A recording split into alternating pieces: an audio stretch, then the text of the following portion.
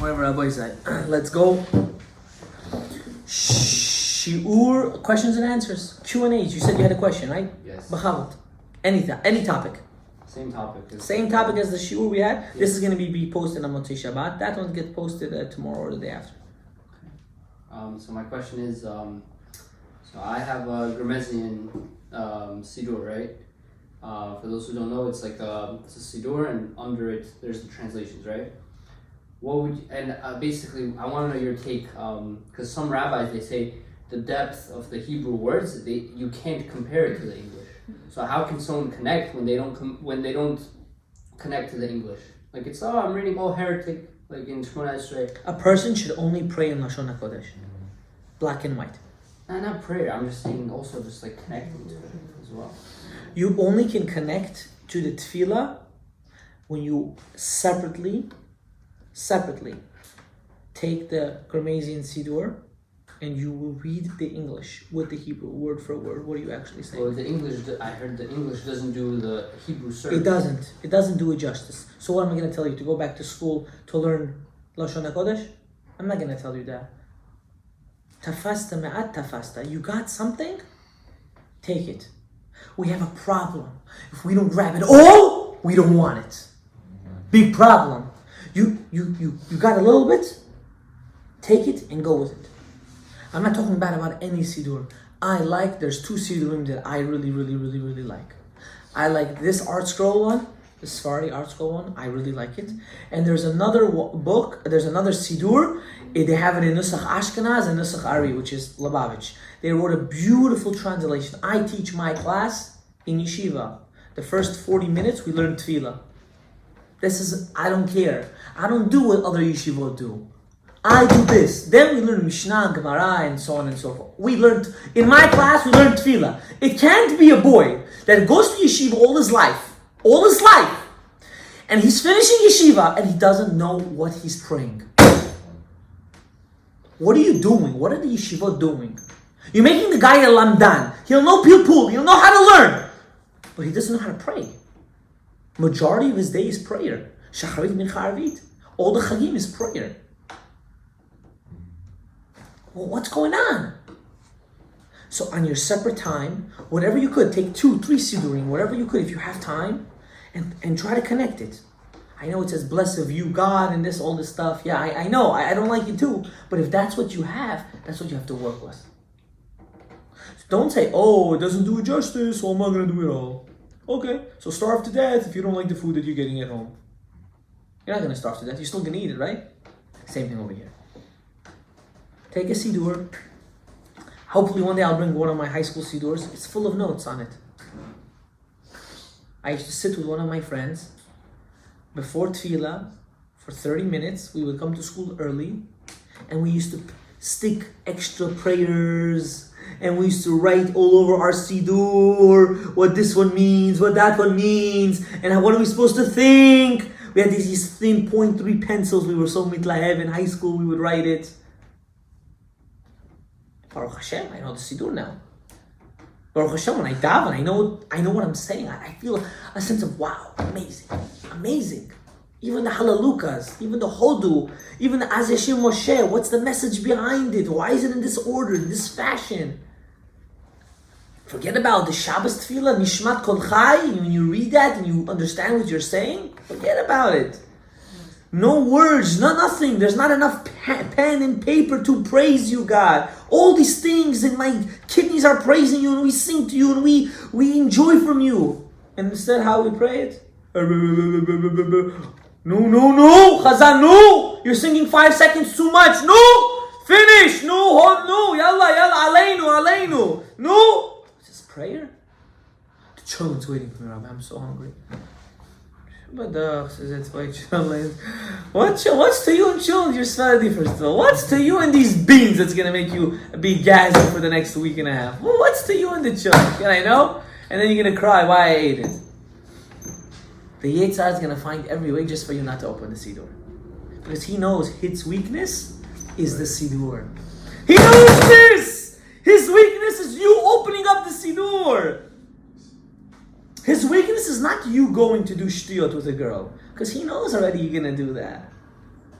His weakness, oh my God, he's going to open the siddur right now. He's going to catch me. If he gets me, I'm done.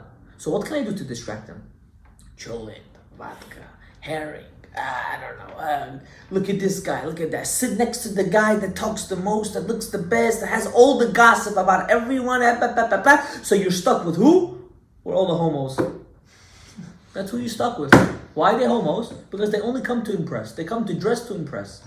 Only gay people do that. I'm sorry, I'll say it to your face.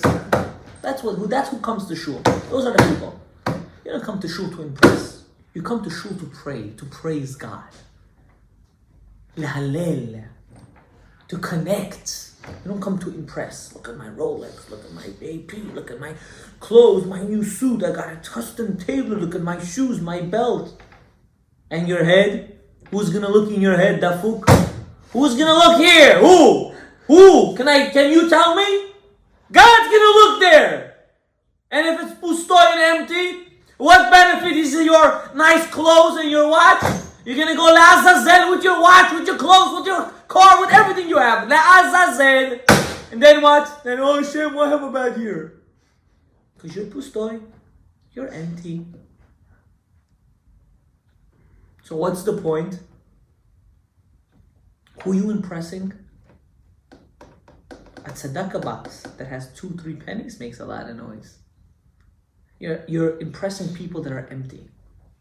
Person that has Yirat Shamayim and has money, I promise you he's not coming to impress. He's coming to actually connect with God. You don't need to have in order to come to impress.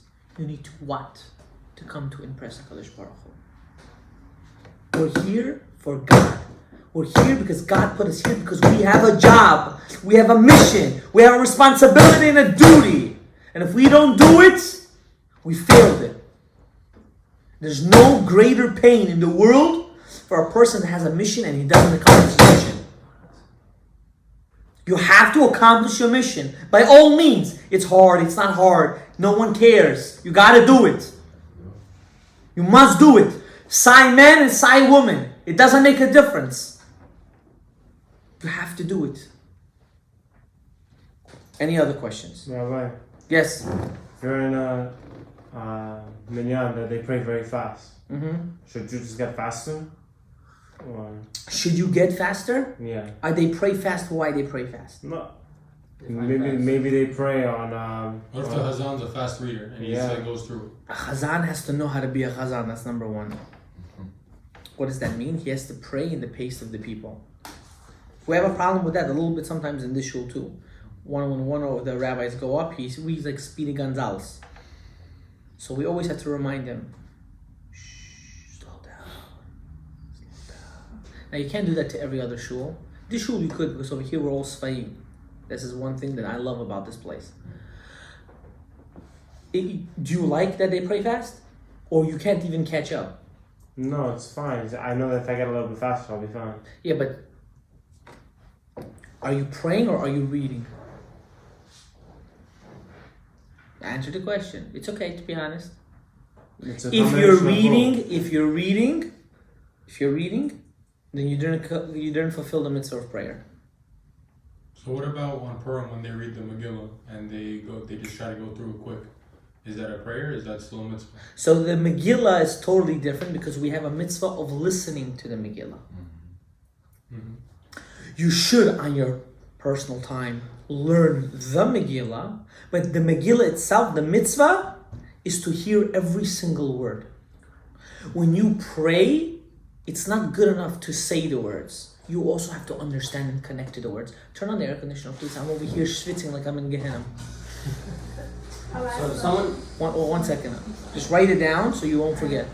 so if someone has kavanah while he's reading, like let's say he might not understand what he's reading, but he's So what kavanah he has? I'm talking to God? kavanah. I'm saying, I'm talking to God. Like I'm focusing. I'm not distracted. I'm not looking at my phone. How long does that focus last for? It could last the whole minyan. Impossible. I disagree. Impossible. You have a point there, Rabbi. Impossible. To a person to daven for 1 hour and only on his head is I'm talking to God? Impossible. To think I'm only talking to God. Because Well, what if you'll I'm start. doing my Ishtadlut, I'm reading this, I'm reading that, I'm going there. Okay, so this is a different question. If on your personal time you start learning, and the things that you learn, you do kavanah, and then what you don't know, you say, Hashem, I'm only davening to you. That's a good beginning. That's a good start. No problem. Agree. Even if your head goes away, at least you're starting to learn in order to get to the kavanah. But if you tell yourself, I'm gonna settle, I'm only thinking about God, and you start praying, I'm only thinking about you, Hashem. After 1 week or 2 days, you're already gonna say, no God and no Batich. You're gonna say, how fast can I get at it? Because you're not building a relationship. You're building an excuse. So, and in the meantime, that you're not knowing what you're saying, and you only know certain parts, I'll give it to you. Chazak u'baruch. But don't stay that way. Every day, add a paragraph. Every day you add a paragraph and you go back and you relearn everything. It's a pure chazara. Now that you know it, it should be much faster. And then after you do that, you start to connect what you're saying. How can I relate this to me right now? Right? You, especially when you start to read the Ashreys and the Hallelujahs, the Hodu, Hashem Elech, Hashem Alach, Baruch Shamar, you Yishtabach, you have to put yourself in the davening. You gotta pretend you're getting minimized and you're actually walking in the siddur. What was your question?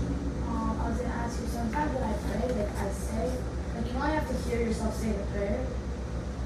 What if like you don't hear yourself fully, like no, you're not like, you hear it, but not like... You're swallowing the words. Yeah, like is that You're not praying.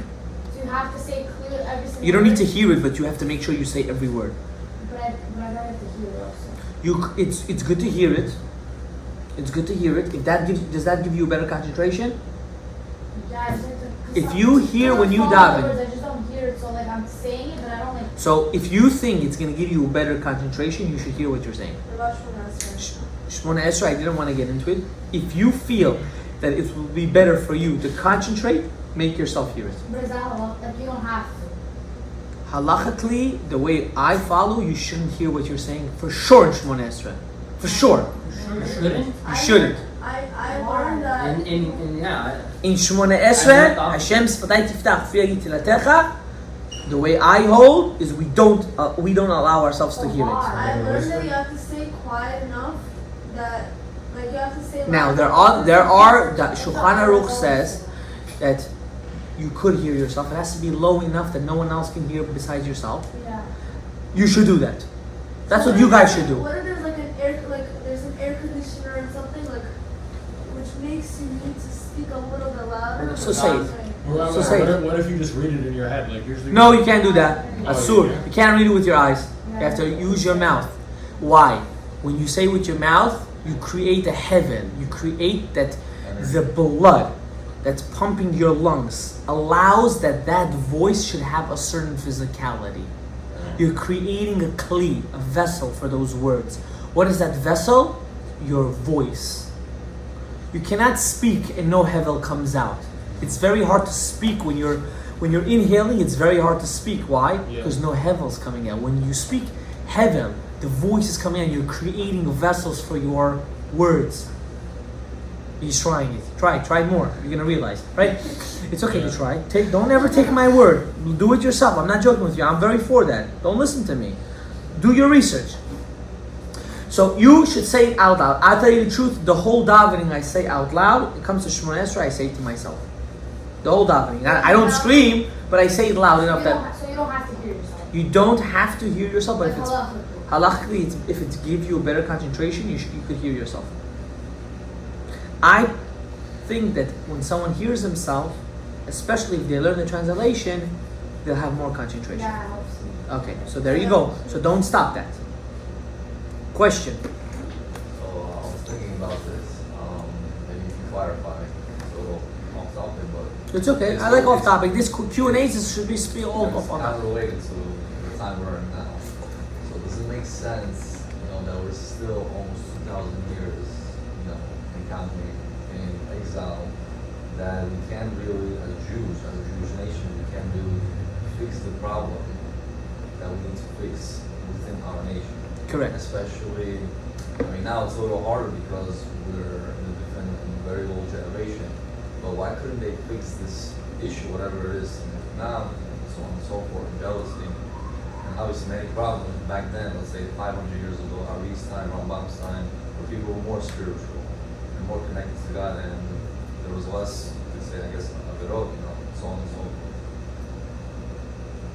Okay. The question can be answered in many, many different ways. I can only give you my opinion. I'm not a prophet, but I can give you my opinion. I think the main problem is because we're too worried about fixing the world. We're forgetting that we need to fix ourselves. Only when a person wants to self-improve does that person become a perfect human being. Quote unquote perfect. Throughout history, if you look at all the machlokets of everything, it was all because each one blamed the other person. I think we have to get out of that idea of blaming the world and start taking action on ourselves. And that's really what Mashiach is. Mashiach is a person that's going to come and say, we have to do our responsibility as a people. And what is that? Ve'ahavta l'recha kamocha. To love every single Jew. But how does loving every single Jew happen? You have to love yourself. What does that mean? That means you have to do everything you're supposed to do in the day. We have a tendency in judging ourselves. We have to stop judging ourselves. We have to start accepting and improving ourselves.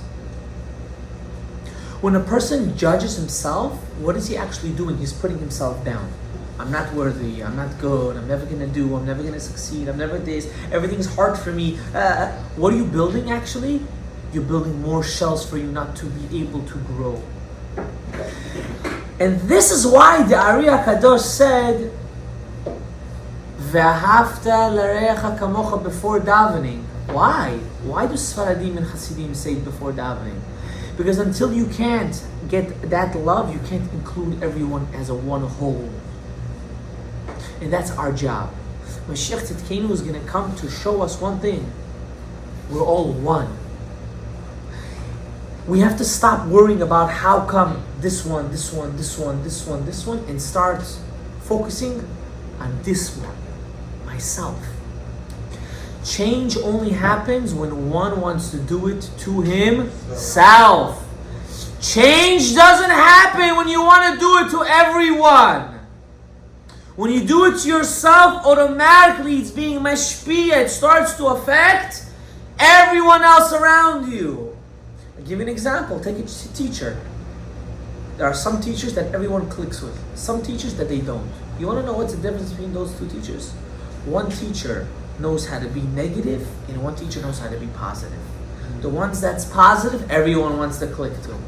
The ones that negative, everyone wants to run away from. Why? Because one is saying you're never going to be good enough, and one's saying I'm accepting you and loving you for who you are. So until we don't get this realization that we need to just have that sense, not just love everyone and be like rainbow people, but love in a sense, I'm not judging him. I don't know what he goes through. How the heck am I to start judging him? I can't judge her. Who am I? Do I know her challenges? I'm not a woman. Do you think I know what it is to be tsanua like a woman is? I don't know what it is. Who am I to judge her? I can help and advise and give chizuk. But for me to judge and say, oh, who do you think you are? When you do that, you know what happens? The exact opposite happens. She doesn't want. But when you show the beauty of it, the chizuk in it, the love in it, the responsibility of it, the goodness in it, what happens? Everyone wants to do it. But Rabbi, Yes, my love. I have a question then. But sometimes you have to hear some bad, no? You know, you don't have to hear bad. You have to hear the truth. You have to, uncomfortable. That's the truth. difference. Yeah. You know who you will accept the truth from? A person that you know that really loves you. You understand what I just told you? If you hear it from a person that you know doesn't love you or is doing it not for your benefit, even though let's say he is, but you feel not, how do you take that message? You tell him. You tell him, go to hell. Kabeni mat, you'll tell him, right? But if you know a guy really cares for you and he loves you and he wants good for you, and he tells you, my dude, you're doing wrong. You know how it affects you? Wow, I'm doing something wrong. I gotta change. You take a thing, you think about it. That's the difference. So it's not necessarily the message, but it's the messenger. If the messenger is doing it genuine, then the message will go through. But if the messenger is not a proper person, then the message will never even get to you because you're still stuck on the messenger. You don't even comprehend the message. That's why you have to always be a perfect example to everyone around you. Any other questions? Rabbi say, don't be shy. Just remove. No, it's the last question. Bli neder. I ask you. Okay, so I just remembered I was having this discussion with one of my friends, and we had like two different perspectives. I don't know what you think. So, you know how they say Lashon Hara is like equivalent to serving a little Zara? Like Correct. So in the times like in the Beit HaMikdash when they were serving the golden calf, so since they were on a higher One level, second. Beit HaMikdash, there was no golden calf when they were in the desert. Yeah, when Okay. they were serving the golden calf. Okay. Yeah. So whenever they were doing that, they were on a higher level, right? So they were judged a lot more harshly because they had more like Moshe Rabbeinu or whatever during that time. So what do you think is worse right now that we're in exile? Everyone's talking Lashon Hara, which is technically like we're serving over the Zara. Or do you think it was worse what they did during that time? What's worse? What's the difference? What's gonna make the difference? I just want to know. I also want to know what is gonna make a difference. I don't know. I'm curious. I'm very curious because I didn't know the answer. I think the question is invalid, and I'll tell you why. Can I tell you why? Why? When your mother says, "In your age, remember, you know what I did when I was your age? I cooked, I cleaned, I did, I washed." Is that proper for your mother to say? Yeah, but you learned. Can I ask you a question? Is that proper for your mother to say? Yes. It's not proper. You learned. Can I tell you why it's not proper? But I learned. Can I tell you why it's not proper? Because the circumstances were different. So you can't It's compare. not that she's wrong or she's right, or you're wrong or you're right. She's right for what she's saying and what she's doing, but at the same time she can't judge you because she's not living in your time. To say who's better or who's worse is an invalid question, because you're judging a different time and space and a different crowd to nowadays. They're both bad, but I can't compare the two. It's not even a question to begin with. So there's no answer. There's no question. It's like there's no like we have to judge during our time. We have to make a judgment based on the now. today. Yes. So not even yesterday, only on today. No. Now you're flying to a different realm right now. I never said that. She's talking she's judging two different eras exactly, not just eras. It's two different lifetimes. You know, one's when we just got out of Egypt and they saw miracles and they had Moshe Rabbeinu, and one's nowadays we didn't see a miracle in thousands of years. We're over here playing with our guitar, waiting for something to happen. Like Miracles every day. we do see Wake miracles. up in the morning. Look at this, she became a rabbanit overnight, look at this, see? Tzadikah in one night, Baruch Hashem. But you know what I mean by miracles, right? Like open miracles, sea splitting, and you know, that kind of stuff. I'm not talking about waking up and saying, wow, I woke up. Even though that is a miracle. And halavai, we should see that as a miracle, like Moshe Rabbeinu opening the sea. Amen. That's the greatest blessing. I like that What's your answer. question? Lashon Hara Thank question, you. action. A goy comes up to you and starts talking Lashon Hara. Does it make a difference? He's a goy. Is that bad? He's a goy. Why do you care? Well, let's say he's talking about. Also, it doesn't matter. You can listen. You don't believe him. But why put What's a yourself in goy? situation? What's a goy? Non-Jew. So we have to differentiate the two, because there's goyim that watch it. They think Jews hate all non-Jews. It's not true. There's something called an akum. Also, they don't know the difference in the Gemara. They say, oh, the rabbis say in the Gemara that you have to kill all the goyim. No, you have to kill all the akum. What's an akum? Ovdei kochavim, idol worshippers. Anyone that's an idol worshipper is not worthy to live. A person that believes in Christianity and a person, lefi dati, according to what I believe, according to what I believe, also Islam. No, why did you say that? Sorry. That's all the goys watching. That's their religion. They can look at us and say we're idol worshippers. No problem. Rabbi, They could. They do. but Islam believes in the same God. Oh, you weren't here last week, so you don't really know what I'm talking What about. atheists? They're fine. 1 second, wait, I didn't get there. I just stopped at 2. You guys are bugging out. He's giving kapskut for Muslims. You're going to the atheists now. You know, the Sunni Muslims, the Sunni believe that God has an image. Anyone that believes God has an image is of day avodah zara, 101%. I don't care what tells you. If you believe God has an image, an eye, a nose, a foot, a leg, and anything, you're an idol worshiper. You believe in an idol. Why? Because God has no image. And once you say God has an image, you're limiting God. If you limited God, that's not my God. That might be yours, God forbid. I don't believe in a limited Our minds God. as humans are limited though. That's why we can't comprehend Him. That's why we don't ask about God. Understand the difference? We ask on God's actions, but we can't ask on God's existence. Because you're time bound. God's not time bound. He created time. That's the difference. Okay, but when you're thinking, like, Don't think about it. picture it So you or can't- No, don't do that. That's a problem. Don't think, don't picture. That's the problem. This is where people start to get confused. You know, the Jews that come into Christianity, you know why they do that? Because they want to justify what God is. Not knowing you'll never comprehend God. It's not even a he. It's impossible to comprehend God. This is why we fall. When we try to comprehend God, we start to create God as an image. Oh, so I didn't finish. Atheists are not of the Avodah Zarah. They're not idol worshippers. Buddhists, Sikhs, Hindus, all these things, they're all of the Avodah Zarah. They all believe in idols. There's one religion, that's called under Buddha and Sikhs. There's one religion in the world, only one, that doesn't believe that God has an image. We serve only one and only one, not a partnership, nothing else. You know what that is? Judaism. A goy that believes in the Sheva Mitzvot of Bnei Noach, which really comes out to much more than 7, but they're subcategories, right? They are righteous goyim. They are righteous people. They are not idol worshippers. We have to remember that. And Akum is an idol worship. That's who they are. It's very simple. So we don't hate goyim. We don't hate non-Jews. We don't even hate the ones that are idol worshippers. We just hold that they deserve the death penalty for not believing in God. Now, when a goy comes and tells you something, a lashon hara about another Jew, most probably 100% is because he wants some benefit out of it. No, but don't you think that's being not true. like It is. Rabbi, but is it a fair to listen to it? Because You listen, can know, it's not even a avera to listen from a Jew. You just don't have to believe it. really? The avera is not to I heard believe. you shouldn't listen to it. Oh, the reason why they say don't even listen to it because you might come to believe it. Yeah. The isur is to believe it. But if someone tells you the sunnah, you can listen and say, okay, walk away, you just don't believe it. But here's the problem. Human nature now is in the back of your head. Ooh, maybe he is right. Right? You start to build an image about the person, right? That's a problem. What about if you ask a boy in terms of like past business relationships with this Jew?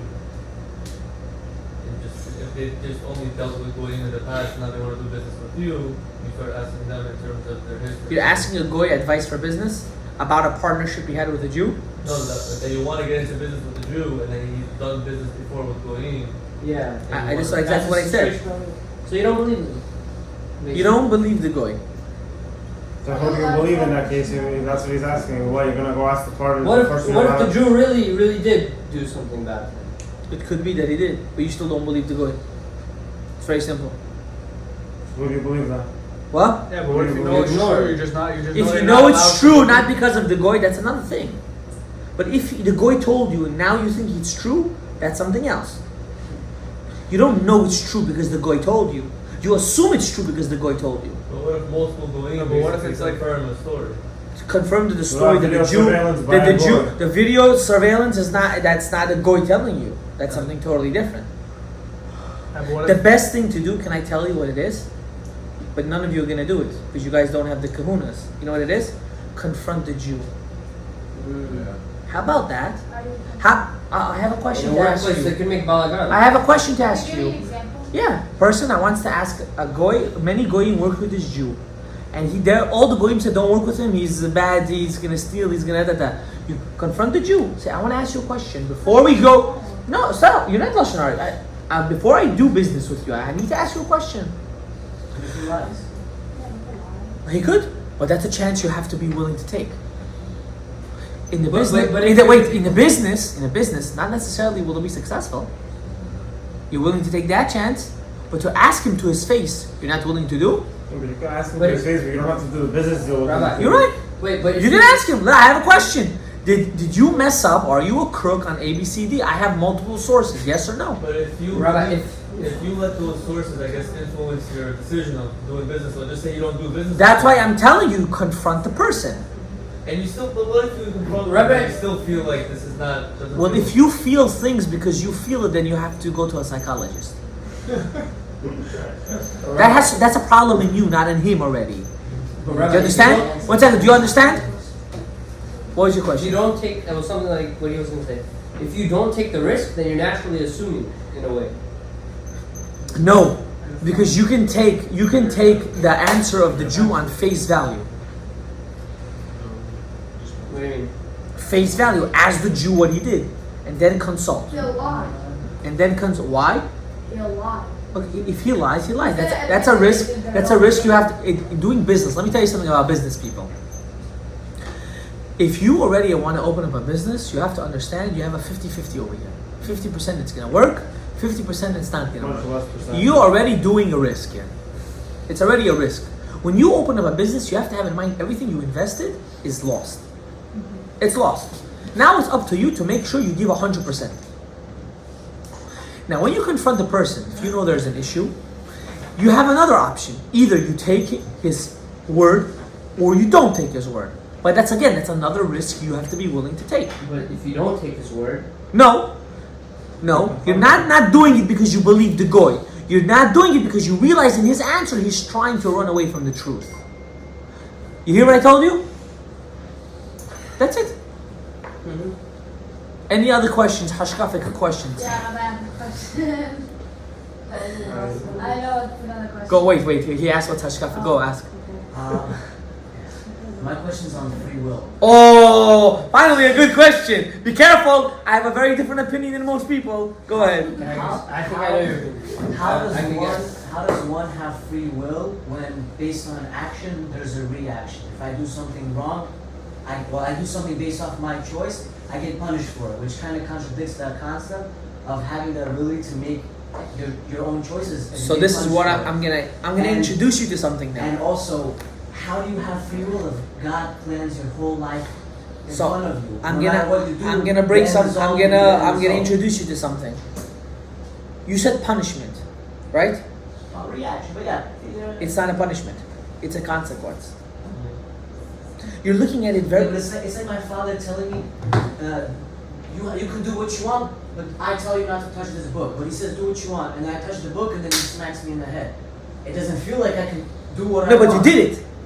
Well, yeah. No, that's the free will. But you did it. You see, you know why you don't want to But accept then it. after I You know, get- after I yeah. get That's why you I don't. don't wanna do That's it. why you don't want to accept it. Why you don't want to accept it? Because in your mind, free will means I do everything has to go a certain way that I want, because that's really free will. You know why that's not free will? Because if it would be that way, that means you would not have a free will. The fact that there is an opposite telling you not to, that's your free will to make the choice. Because you're still doing it. Correct. You understand what I'm saying? Or I have to retract. You had the ability to do it, and basically you If- had the choice to do it. Do you see how you have to look? I understand. Do you see how you have to look at it?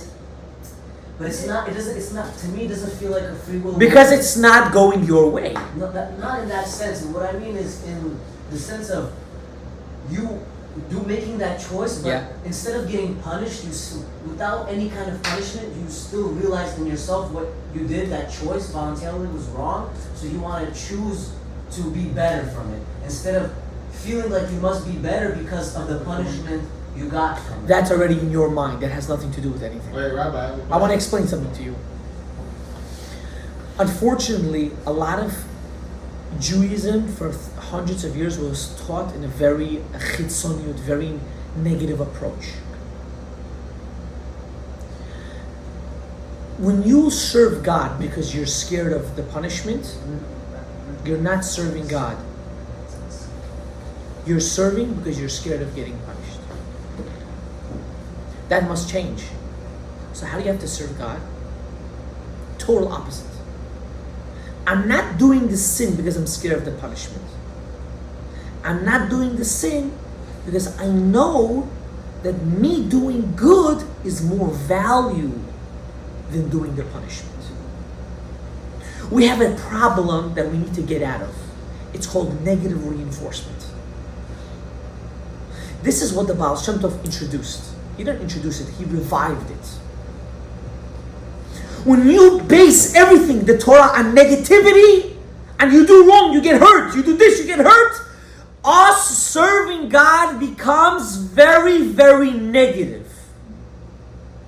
But when we serve God, why am I doing tshuva? Not because I'm scared I'm going to get punished. Because I'm embarrassed that I even did that sin. How can I have done that? I'm so much better than that. I just disconnected myself from the creator of the world by sinning. When you think of it that way, you're not going to want to sin. Not because you're scared of the punishment, because I'm so much better than that. Do you understand? So coming back to free will. What's free will really? Free will is learning and knowing how to say no. Why? Because if you're always going to say yes, you don't have a will. You just have a desire that you're feeding.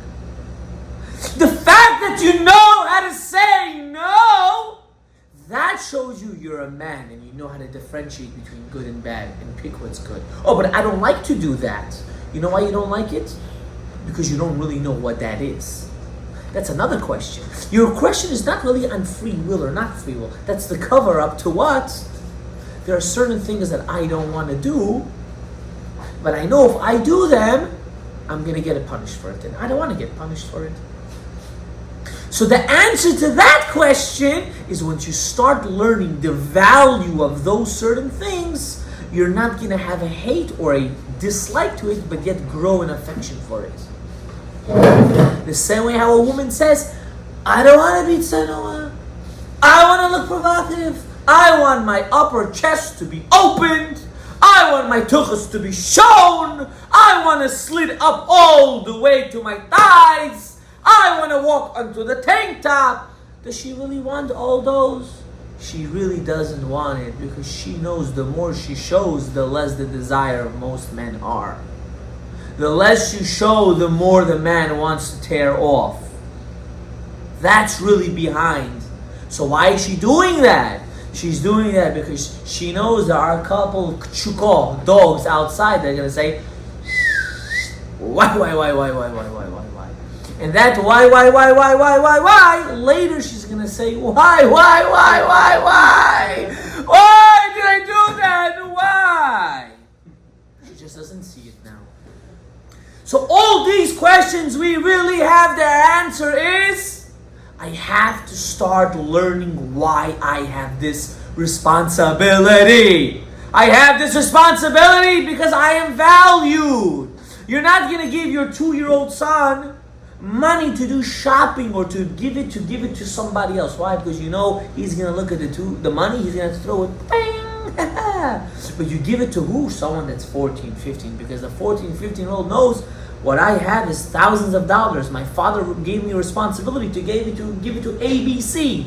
I can't now throw the money, but it's paper. But the kid knows the difference between good and bad. He knows the value. So the reason why we come with why is because we don't know what it is. That's it. That's really that needs to be tackled. To your second question, if everything is already predestined, so what's the point of all of this? That's a question that we have to have a separate conversation on. But very shortly, I will tell you as this. Very shortly. Something that's predestined for you is not necessarily revealed to you. The fact that it's not revealed to you, it's not predestined to you.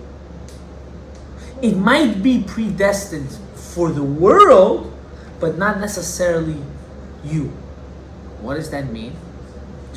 If you really believed everything was predestined, you would never get upset, you would never be jealous, you would never complain, you would never nothing. Why? Because it's already predestined. Who am I to have even a sense of feeling?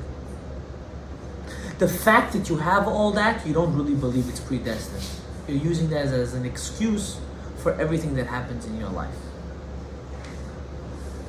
Understood? So we have to ask ourselves this question. How can I live a life that I'll accept that it's predestined and not be angry, jealous, upset, and so on and so forth? Now that's a lifetime of work. But when you master it, or you start working on it, you will live such a good life because you know, what do I have to worry? Everything was already decided. I have to do my hishtadlut. What's my hishtadlut? Keep Torah and mitzvot to my max. Everything else Hashem is going to take care of me. What's the problem with this idea? People look at it the opposite. If everything's already predestined, might as well do all the avarot in the world. Okay, do it. No problem. It's your choice. That's how you know it.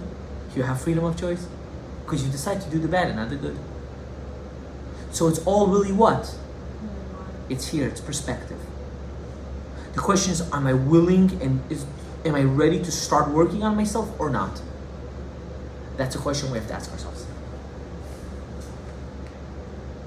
More or less, something, I know we can dwell on this topic for hours. More or less, understood? Let's go. Any other questions? On free will? Is free will? No, I had a rabbi in Israel. I learned from him. He said that free will is, we only have free will in terms of like Yiddishkeit. Like I'm gonna be honest with you. I don't like to publicize my my idea on free will. I don't believe in free will, but I don't want to talk about it. You don't believe in it? Yeah. What? But that's basically what it is. There is no free will besides in Yiddishkeit, right? I just did that to your head, right? I blew it up. Bang! That's why I don't like to talk about on free will. I have a very dangerous ideology. I don't like to talk about Will it. you please tell us? I want to know now. There's nothing to tell. But you don't Off believe camera, in off it. camera. Rabbi, I have a question. Okay. Oh, one second. Basically, I agree to what you said, Yeah, I can tell. and I tell you why. It makes sense. I tell you why I agree to exactly what that rabbi said. Everything we have to go through in life is going to happen. So where's the free will? How you accept it. How you comprehend and accept that thing that's happening in your life, that's your will. It's going to happen. You said there's no free will. 1 second. There's no free will in action. There's free will in mind. That's the difference. That's 100% true, James. That's why in Torah, there's free will. In what sense? Am I going to pray like a robot? Or am I going to pray with my mind full devotion? I'm going to pray regardless, right? But how's it going to be? It's going to happen. Set out from your mind. Correct. That's exactly my point, Jonah. You said it right. Yeah, but then So then what? The same thing. It depends how you comprehend it. I don't want to get into it. I have a very, very, very different understanding in it. I have sources for it too. I didn't make up this. It's not something I made up. I can't make up things. But the way I live is totally very, very unconservative, as they say. It's not regularly, and I'm very happy with it. Just to make some John Rosie? No, because Just a on little camera. bit. No, you No. can't do that. Don't do that. Some Wait, rabbi- go. What's your also- question? Wait, no, it's good. It's good, John Rosie. They say a Jew only a Jew can change his destiny. Does that contradict that? Only a Jew can change his destiny. Compared to a goy, apparently they can't change their What's destiny? That's also what I want to. I'm asking the question. What's I destiny? don't know. I mean, it's a destiny. Rabbi say People say. Rabbi, destiny. I'm gonna tell you something. It's all here. A person, God forbid, can get hit by a car and complain all his life. A person can get hit by a car and forever praise God that he got hit by a car. How? It's all here. How you accept what happens to you in your life. Mind over matter. This is what we lost in this generation.